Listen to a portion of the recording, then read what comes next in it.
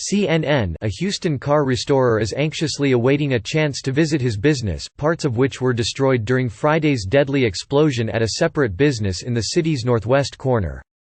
The early morning explosion at Watson Grinding and Manufacturing damaged other buildings up to a half-mile away and took the lives of 2 Watson employees. 2 people killed in an explosion at a Houston manufacturer that shook the city and damaged homes. Gordon Andrus Restoration Business, Houston Corvette Service, occupies 2 buildings directly across the street from Watson Grinding. After Friday's explosion, he told CNN that his buildings have been destroyed and he doesn't know the condition of the cars that were undergoing restoration. What he does know is that there were about 15 cars worth about $1 million collectively inside. Andrus wasn't at his shop during the explosion, but he described the blast as what he called a shaped charge, which focuses the force of an explosive. One of the Corvettes that was undergoing restoration inside Houston Corvette Service. Read more. The charge blasted across the street, right over our buildings and then on into the neighborhoods where you've heard about all the houses that have been damaged, Andrus said. The rest of street had very minor damage, but my 2 buildings are flattened.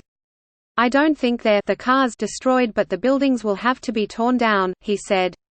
So the question is, what do I have to do to shore the building up enough to get cars out of there, and what's it going to take to repair the cars? Andrus' 25-year-old business occupies 4 buildings in total, only 2 of which were destroyed. 2 buildings further down the street are for paint and body work, and they are still intact. He hopes to recover his computer, account records and payroll information. Since the explosion, he hasn't had access to any of it because authorities are still investigating the area. Then I can pay my guys, start getting things organized, he said.